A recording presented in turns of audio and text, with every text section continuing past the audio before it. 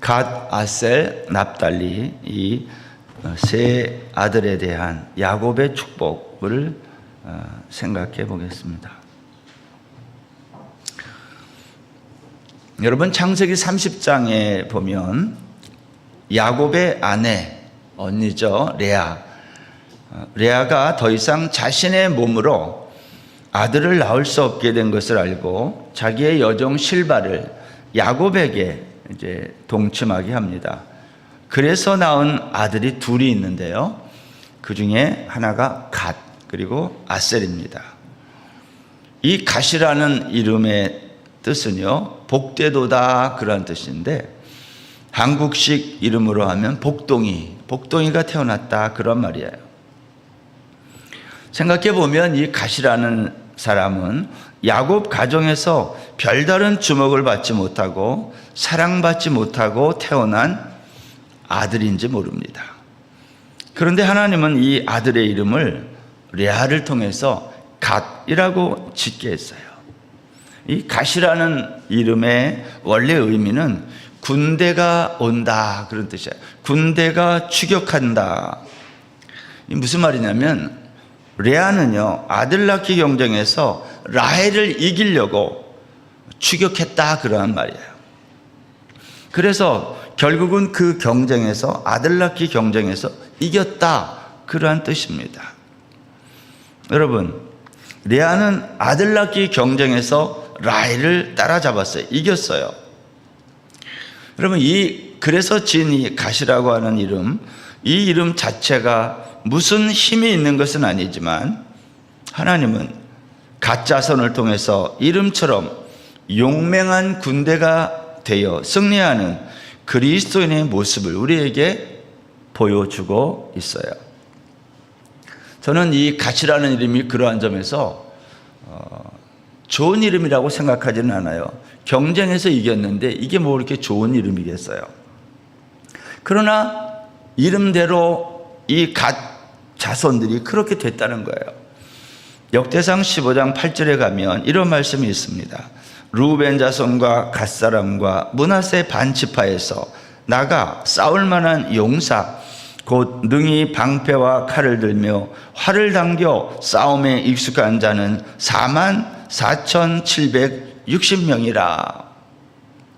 갓 지파는 장남인 루벤과 함께 기록되었는데 싸움에 익숙한 자다, 용사다. 야곱은 오늘 본문 19절 말씀에서 갓에게 축복하기를 이렇게 축복했어요. 갓은 군대의 추격을 받으나 도리어 그 뒤를 추격하리로다, 이런 말이에요. 전쟁에 나가서 적의 추격을 받다가 도망가다가 다시 거꾸로 적을 추격하여 그들을 전멸하고 싸움에서 승리했다, 그런 말이에요. 싸움에서 지다가 그것을 역전시켰다, 그러한 뜻입니다. 여러분, 판세가 지금 내가 밀리고 있는데 지다가 그것을 역전시키려면 갑절의 힘이 필요한데 갓 지파가 그랬다. 갓은 싸움을 잘하고 용맹하고 싸움에 나가서 지는 법이 없고 승리를 가져왔다, 그런 말이에요. 모세도 이 갓 지파에 대해서 신명기 33장 20절에서 이렇게 말했어요. 암사자같이 엎드리고 팔과 정수리를 찢는다. 여기 엎드렸다라는 말은 지혜를 말하고 팔과 정수리를 찢었다라는 말은 힘을 말하는 거죠. 그러니까 갓 지파는 공격 목표를 발견하면 엎드려서 때를 기다리는 암사자같이 힘과 지혜가 있다, 그런 말이에요. 여러분, 저는 갓 지파의 이러한 모습이 오늘날 영적인 전쟁터 같은 이 세상에서 이 싸움에서 승리하는 그리스도인의 모습을 생각나게 해요. 보십시오, 여러분. 세상은 모든 것이 전쟁이며 가는 곳마다 전쟁터예요. 나라들도 그렇지만 제가 어제 방콕에 도착하니까 30분 이제 좀 늦게 도착했기도 했지만 다 모든 게 끝났는데 비행기에서 문을 안 열어줘요. 방송에 나오기를 지금 바깥에 어떠한 일이 있어서 좀 여기서 한 30분 정도 더 대기를 해야 된다는 거예요. 제 느낌에는 아마 에이펙 끝나고 VIP들이 내렸는지 그건 잘 몰라요. 그래서 이제 그 안에서 30분 기다리니까 12시, 밤 12시가 다 이제 되고 오고 있었는데, 그래서 사람들이 다 지쳤어요. 피곤해요. 저도 그랬고. 그래서 이제 내려서 이미그레이션 통과하려고 줄 서 있는데 제 뒤에 이제 주변에서 소리 들리고 뭐 장로님, 권사님 이런 소리가 조금 들리더니 거기에 이제 아줌마들이 한 여러 명이 이제 제 뒤에 바짝 붙어가지고 오는데, 오늘 그분 중에서 여기 왔나 모르겠네.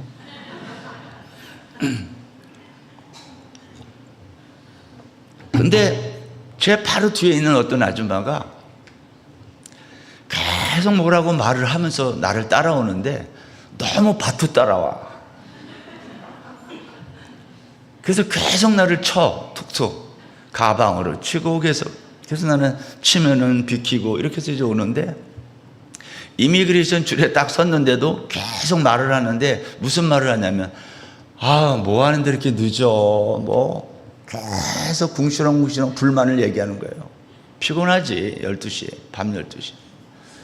그래서 계속해서 빨리빨리 안 한다고, 그러면서 이렇게 이제 주둥이가 이만큼 나온 것 같아. 내가 쳐다보진 않았는데 계속 얘기를 하길래, 그러면서 계속 나를 치는 거예요. 얼마나 짜증이 나는지. 저도 몸이 굉장히 어제 좀 피곤했고, 사실은 오늘 목 상태가 안 좋은데 목 감기를 좀 있어가지고 컨디션이 안 좋은데 계속 건드리길래 화가 나더라고요. 계속 밀어붙이면서 빨리빨리 하라는 거예요. 제가 어제 오면서 그런 생각했어요. 왜 우리의 삶이 이렇게 조급하고 입에 감사가 없고 불만이 가득할까? 여러분, 한국이 얼마나 좋은 나라인지 여러분 아시죠?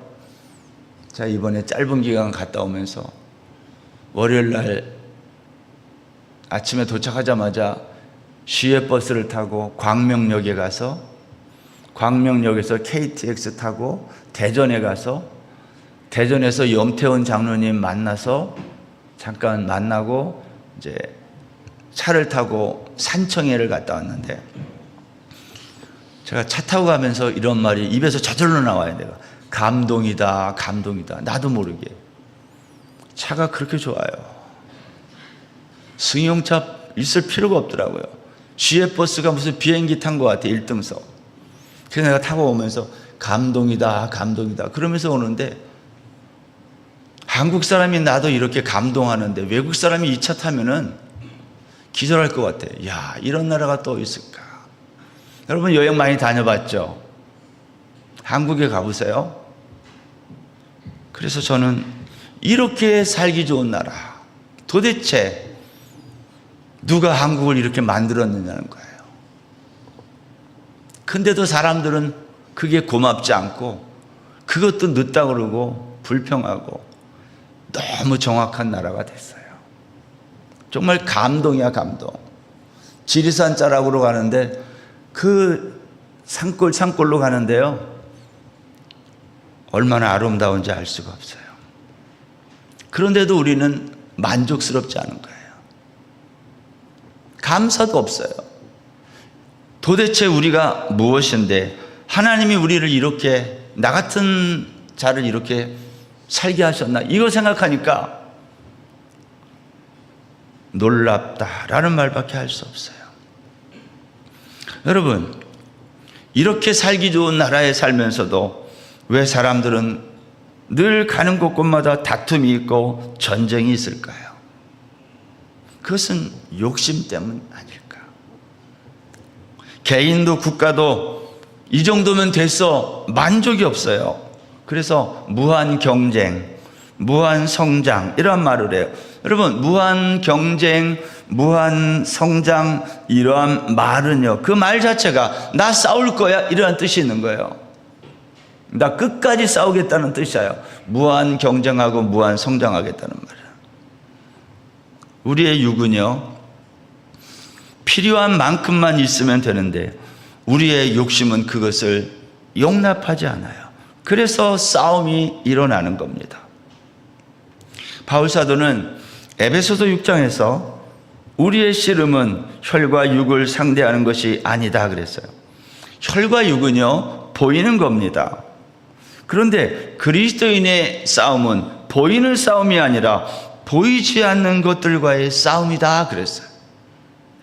이것을 영적 전쟁이라고 합니다. 요한일서 5장 4절 말씀에 보면 무릇 하나님께로부터 난 자마다 세상을 이기느니라. 세상을 이기는 승리는 이것이니 우리의 믿음이니라. 사도 요한은 보이지 않지만 무엇보다도 치열한 영적 전쟁터에서 승리하는 비결을 믿음이라 그랬어요.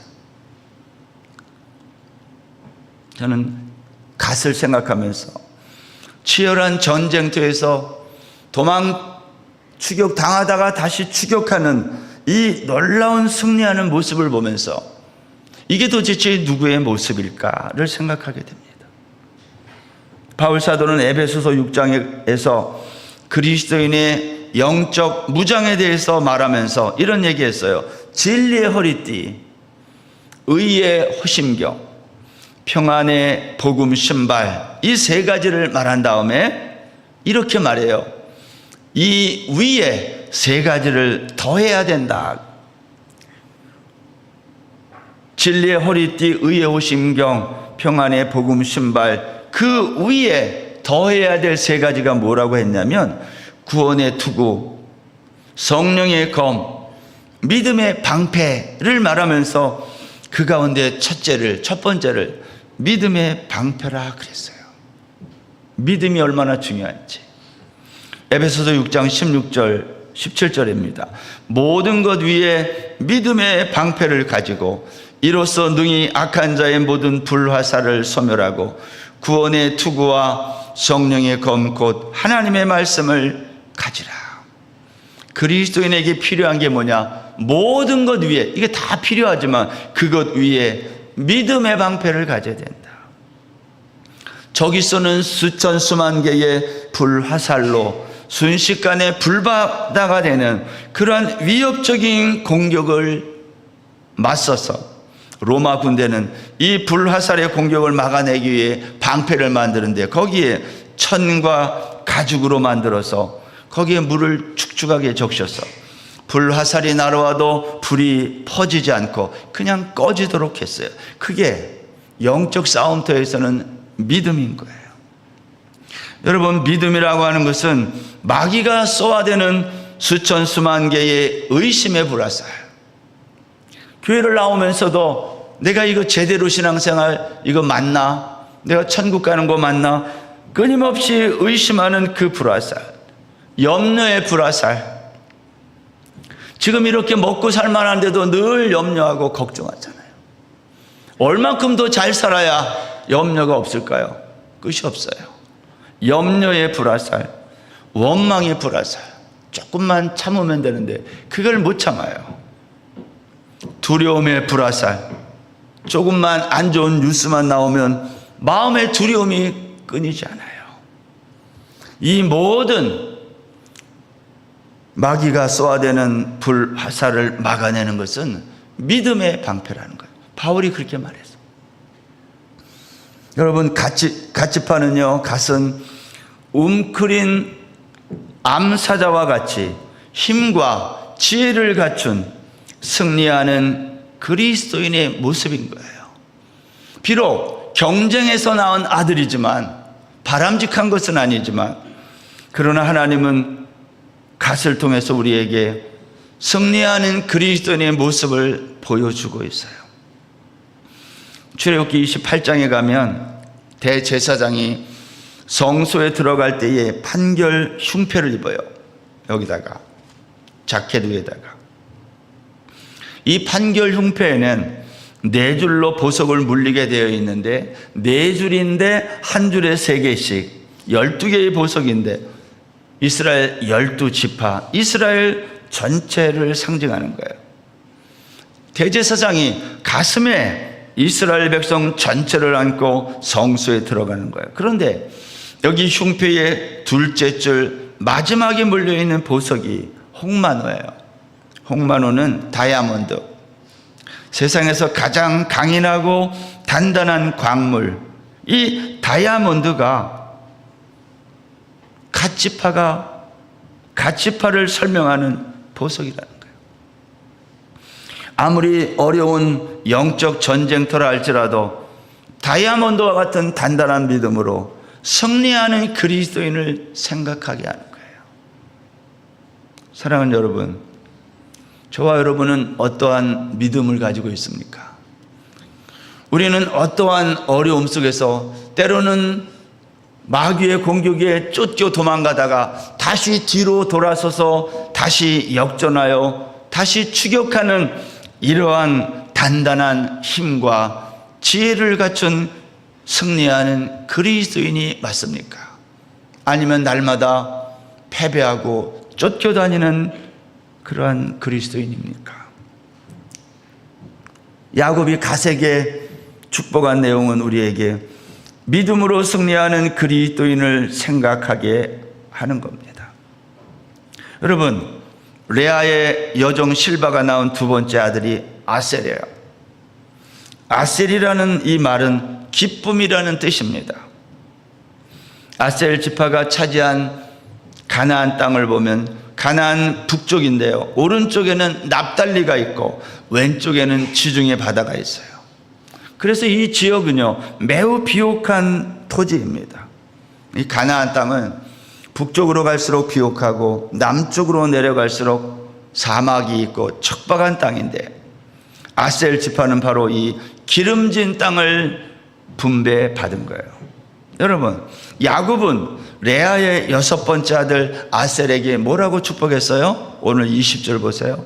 아셀에게서 나는 먹을 것은 기름진 것이라, 그가 왕의 수라상을 차리리로다. 얼마나 풍요로운 땅인지 왕의 수라상을 차리는 지파가 된다. 아셀 지파는 수락관의 장금 역할을 받은 거예요.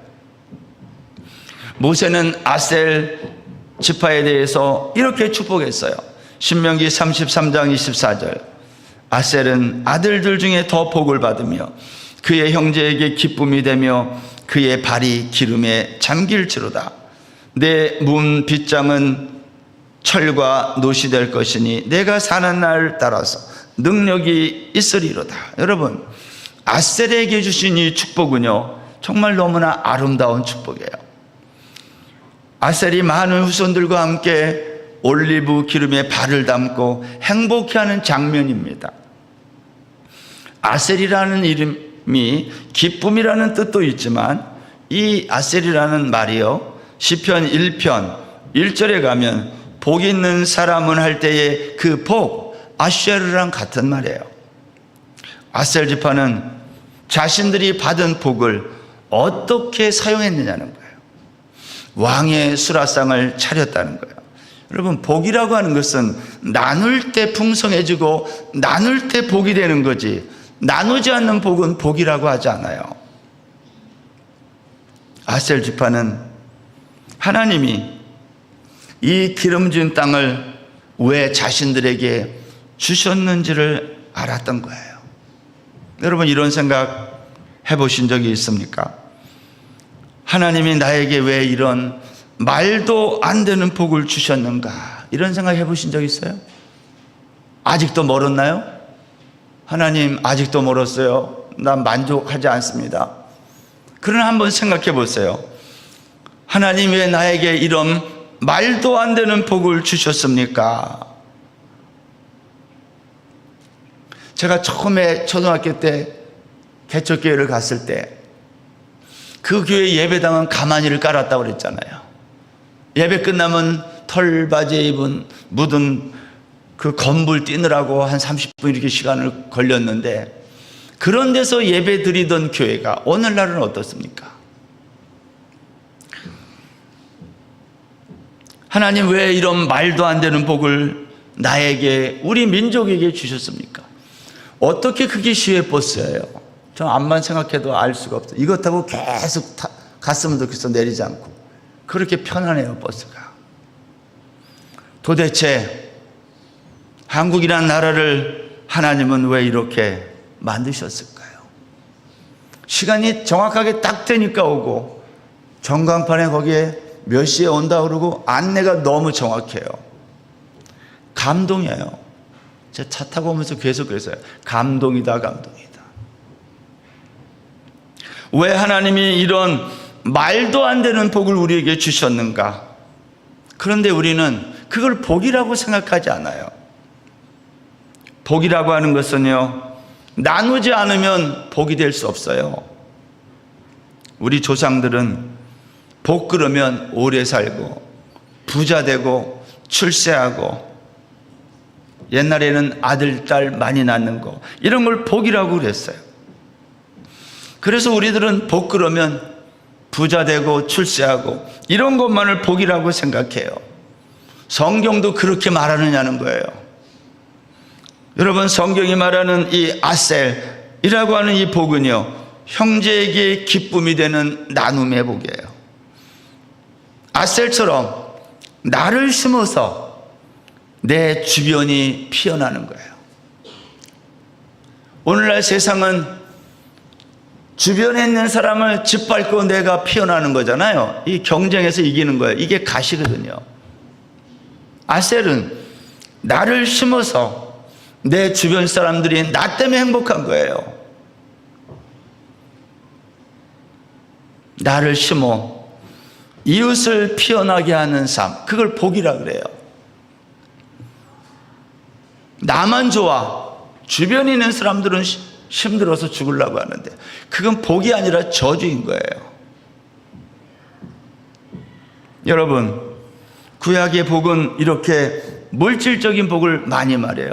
이삭이 그 해에 농사를 지었는데 100배나 얻었다. 사람들이 깜짝 놀래요. 2배도 힘든데 100배? 그러나 신약 성경에 오면 이 물질적인 복이 영적인 복으로 옮겨가요. 마치 이런 거랑 똑같아요.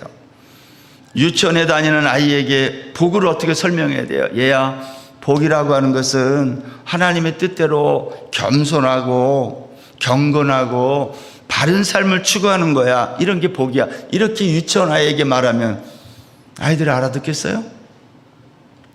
유치원 아이들에게는 복을 설명할 때 사탕도 주고 장난감도 주면서 이런 게 복이야. 그러니까 아이들한테 용돈을 많이 줘요. 그걸 복이라고 알아요. 용돈을 안 주면서 복 받아라, 애들이 몰라요. 복은 눈에 보이는 겁니다, 어린아이들에게는. 그런데 이 아이가 커가지고 대학생이 됐는데도 사탕 주고 장난감 주면서 그걸 복이라고 가르치면 되겠느냐 이 말이에요. 마음이 가난한 사람이 복이 있는 거야. 죄를 통회하고 자백하는 사람이 복이 있는 거야. 이런 거를 가르치는 거예요. 언제? 어른이 되면. 그런데 어른이 됐는데도 여전히 물질의 복만 가르친다면 그것은 잘못하는 거예요. 여러분, 복 가운데 최고의 복이 뭘까요? 야곱이 12아들에게 지금 축복하고 있는데 이 복들 중에 최고의 복이 뭐예요? 12아들이 받은 복을 다 합치면 그 복이 있는데 그걸 구원이라 그래요.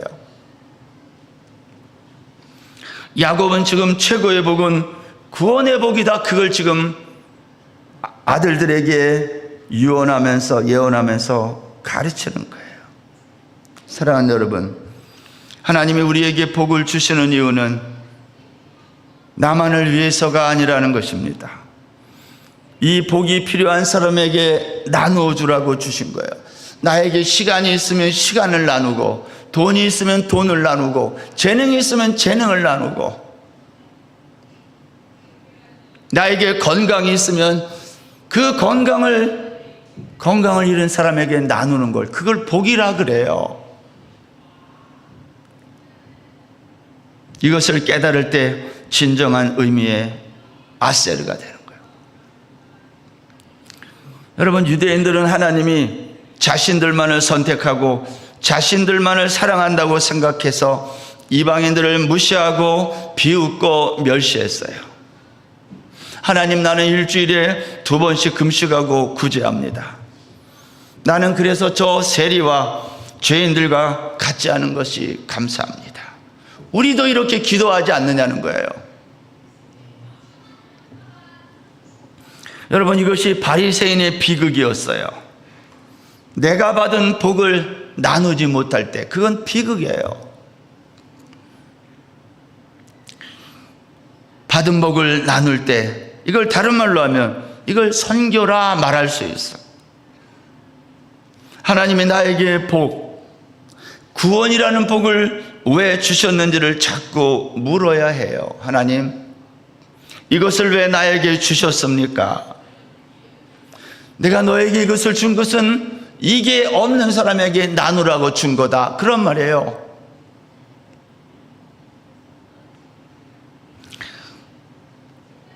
교회가 존재해야 하는 이유가 무엇입니까? 교회는 이 구원의 복을 나누기 위해 존재하는 거예요. 내가 받은 이 구원의 복을 필요로 하는 사람에게 나누어 주는 거예요. 한국 교회가 예배당도 많고 성도도 많이 모이고 이러한 것만을 말해서는 안 된다는 거예요. 왜 하나님이 그렇게 했느냐는 거예요. 전쟁의 잿더미에 있었던 우리 대한민국을 하나님이 왜 이렇게 만드셨느냐는 거예요. 그걸 모르면 우리가 받은 복은 복이 아니라 저주가 되는 거예요. 저는 태국 한인교회가 그러한 교회가 되기를 바랍니다. 우리 주변 사람들에게 기쁨을 주는 교회. 만약 그렇지 못하다면 많은 사람들에게 태국 한인교회가 존재해야 될 이유가 뭐예요? 태국 한인교회가 35년을 지나가고 있는데 앞으로 남은 시간 속에서도 계속 주변 사람들에게 복을 나누는 교회가 되기를 주의 이름으로 축원합니다. 그 일을 여러분들이 감당해야 되는 거예요. 그 다음에 납달리에 대해서 야곱이 예언을 합니다. 납달리는 노인 암사슴이라 그랬어요. 아름다운 소리를 바란다 그랬어요. 여러분, 납달리는요, 라헬의 여종 비라가 낳은 2번째 아들로 언니와 경쟁해서 이겼다 그래서 납달리예요. 납달리는 라헬의 언니와의 아들 낳기 경쟁에서 태어난 아들이에요. 이거는 하나님의 방법이 아닌 사람의 방법으로 태어난 거예요. 그래서 좋은 건 아니에요. 여러분, 성경에는요, 하나님의 뜻이 2가지로 나타납니다. 하나는 하나님의 절대적인 뜻, 하나님이 본래 의도하신 뜻이 있어요. 그러나 이런 것만 있는 게 아니라 하나님이 의도하지 않은 것인데 우리가 하나님께 자꾸 떼쓰고 졸라서 하나님이 그것을 주신 게 있어요. 하나님은 우리가 뭘 자꾸 달라고 그러면 인격적인 분이라 하나님이 그것을 주실 때가 있어요. 이걸 뭐라고 말하냐면 허용적 뜻이라 그래요. 하나님의 허용적 뜻으로 생겨난 아들, 그게 레아와 라헬이 아들 낳기 경쟁을 해서 나온 아들들이에요. 하나님이 이걸 막으셔도 되는데 하나님이 막지 않으셨어요. 그래서 12명이나 난 거예요. 왜? 하나님의 뜻이 있는 거예요. 여러분, 에덴 동산에서 아담이 선악과를 따먹고 타락할 때 이것도 그러한 점에서 하나님의 허용적 뜻 안에서 이루어진 것이에요. 여러분, 이 세상에는 이와 같이 하나님의 허용적 뜻 안에서 태어난 납달리와 같은 이러한 일들이 많다는 거예요. 여러분, 납달리는 갈릴리 바다를 접하고 있는 아름다운 지역을 분배받아요. 그러나 예수님 당시에 이 아름다운 지역은 당시의 천민들, 암하레츠라고 불리던 땅의 사람들, 오늘날로 말하면 쪽방촌과 같은 지역으로 세상에서 버림받고 소외된 사람들이 많이 살던 곳이에요. 야곱은 이런 납달리를 가리켜 노인 암사슴이다 그래서 노인 암사슴. 여러분, 암사슴은 시편에 보면 시인들의 입에 자주 오르내리는 동물 이름이에요. 왜냐? 아름답기 때문에. 납달리가 후손들이 살던 갈릴리 바다 주변이 아름다운 것은 경치 때문만은 아니라는 거예요. 뭐 때문에 아름답다고 했냐면 노인 암사슴 같은 아름다움. 노인 암사슴이라는 말은 영적인 자유를 의미합니다. 갇혀 있다가 영적으로 눌려 있다가 노임을 받으면 그 기쁨과 감격이란 이루 말할 수 없는 것처럼 납달리의 아름다움은 그런 자유예요. 여러분, 오늘날 자유 없이 살아간 사람이 얼마나 많아요. 우리가 다 자유민주주의 국가에 사니까 다 자유가 있는 것 같아요? 그렇지 않아요. 우리는 늘 자유가 없어요. 마음대로 못해요. 영적인 자유가 없어요. 여기 노인 암사슴이라는 이 표현은요, 메시아로 오실 예수 그리스도의 사역과 관계가 있어요. 노인 암사슴으로 묘사된 납달리는 가난과 죄와 사망과 저주에 놓였던 갈릴리 사람들이 예수님을 통해 복음을 듣고 영적 자유를 마음껏 누리며 달려가는 모습이에요. 예수님이 이 납달리 지역에서 복음을 전파했다고 이 사람들의 GNP 먹고 살기 좋은 그러한 땅이 됐다는 말이 아닙니다. 경제가 발전했다는 말이 아니에요. 경제권은 다 예루살렘에 있는 유대인들이 잡았어요. 로마와 손잡고 있는 사람들이 다 권력을 잡았지. 갈릴리 땅에 이 사람들은 아무것도 경제적인 발전도 먹을 것이 풍성한 것도 없었다 이 말입니다. 그러면 여기에 노인 암사슴이란 뭐예요? 이건 영적인 자유예요.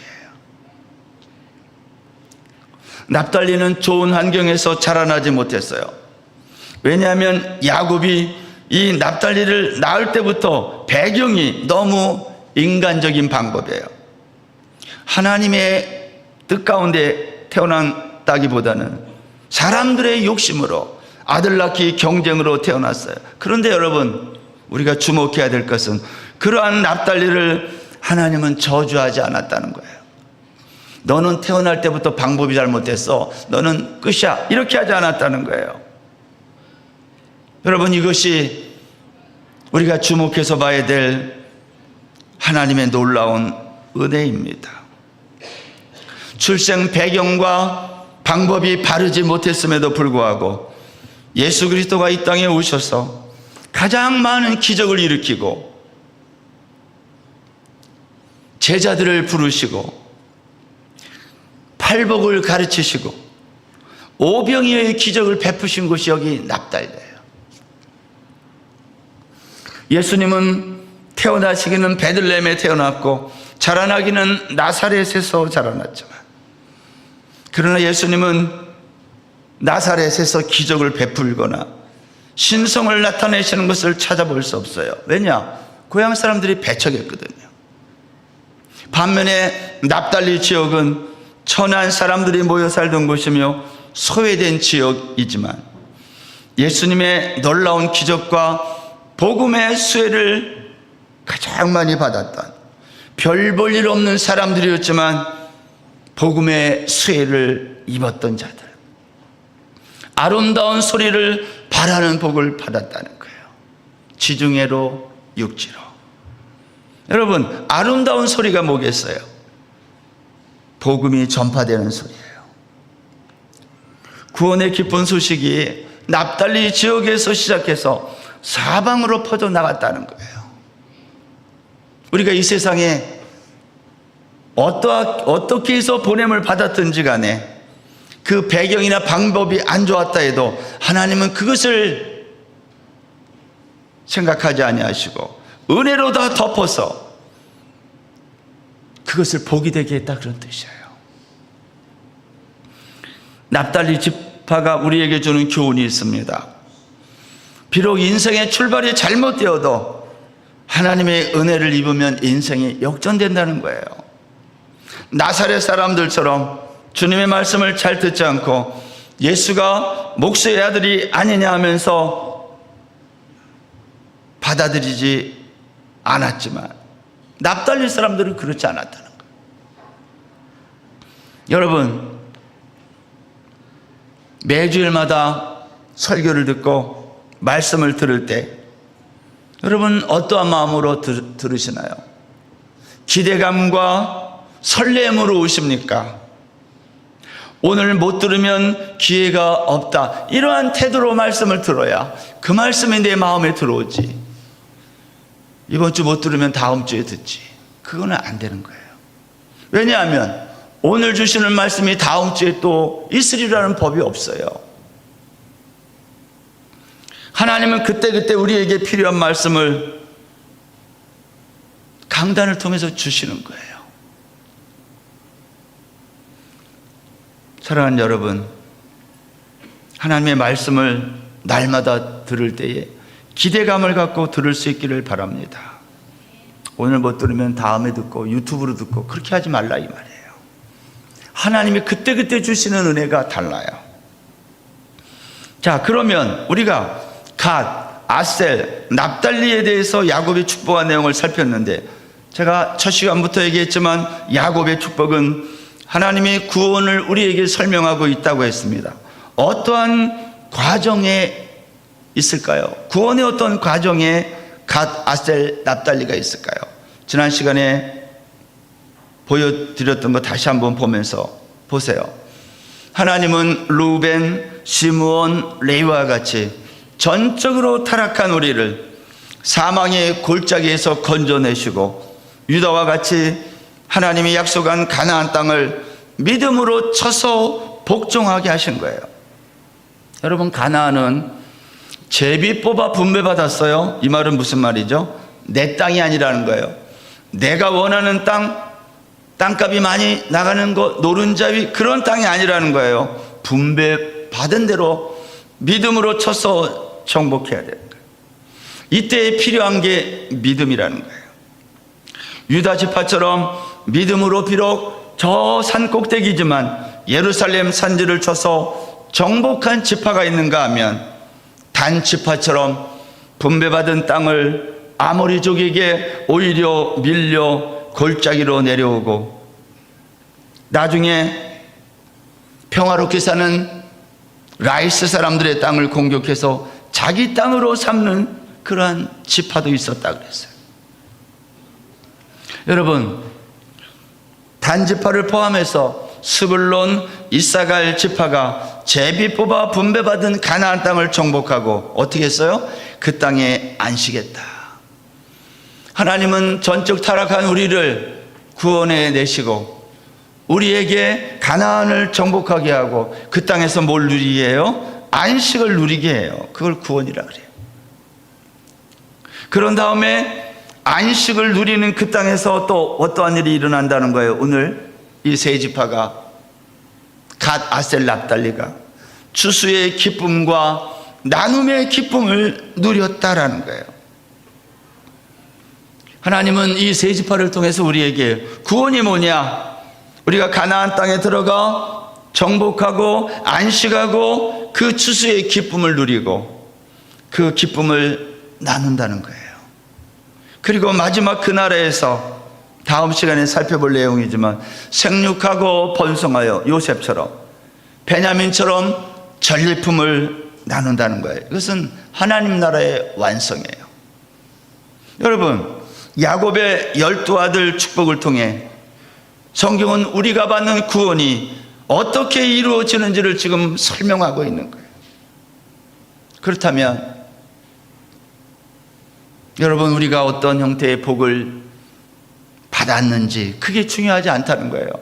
12아들이 받았던 복 중에 나는 이러한 복을 받고 싶습니다가 아니라 어떠한 형태의 분량의 복을 나에게 주신다 해도 내가 믿음으로 그것을 받아 정복하겠습니다. 그게 바른 태도다 이 말이에요. 왜 나에게는 아셀처럼 기름진 땅을 주지 않고 아무 쓸모없는 산지를 주었느냐? 불평하지 말아야 돼요. 왜 나를 이러한 나라에 태어나게 했느냐? 나를 왜 이러한 가난한 나라, 힘없는 나라에 태어나게 했느냐? 그런 거 가지고 불평하면 안 돼요. 왜 나에게는 유다처럼 왕의 통치자가 되는 복을 주지 않고 왜 사람들에게 존재감 없는 그러한 지파가 되게 했냐고 불평해서도 안 됩니다. 왜 나는 루벤 장남인데 왜 내가 받을 장자의 복이 나에게 오지 않고 다른 사람에게 가야 됩니까? 그렇게 해서도 안 되는 거예요. 어떤 분량의 복을 받아도 우리 모두는 받은 복의 모양과 형태는 각각 다 다르지만 이 전부가 하나님의 구원이 무엇인지를 우리에게 설명하고 있는 거예요. 여러분, 성경이 놀라운 책입니다. 하나님이 저와 여러분을 다양하게 불렀어요. 내가 지금 만족스럽지 않아요. 왜 나를 이렇게 몸을 약하게 하나님 태어나게 했는지. 어느 사람은 태어날 때부터 약하잖아요. 그 사람은 평생 어떻게 살라는 거예요? 하나님의 나라는 그러한 사람들을 품고 같이 사는 거예요. 힘 있는 사람이 힘없는 사람을 대신 져주는 거예요. 부자가 가난한 사람들의 그 부족한 부분을 채우는 거예요. 그게 하나님의 나라지. 내가 가진 힘으로 없는 사람들을 짓밟고 올라서는 게 아니다 이 말이에요. 하나님의 나라는 그러한 나라예요. 저와 여러분은 모두 그 구원에 동참한 거룩한 백성들.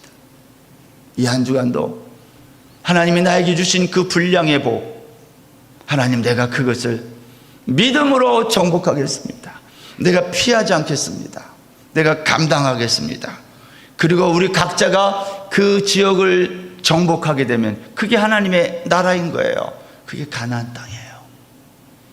이 한 주간도 하나님이 우리에게 주신 각자의 분량의 복을 믿음으로 정복해 나가는 저와 여러분 다 되시기를 주의 이름으로 축원합니다.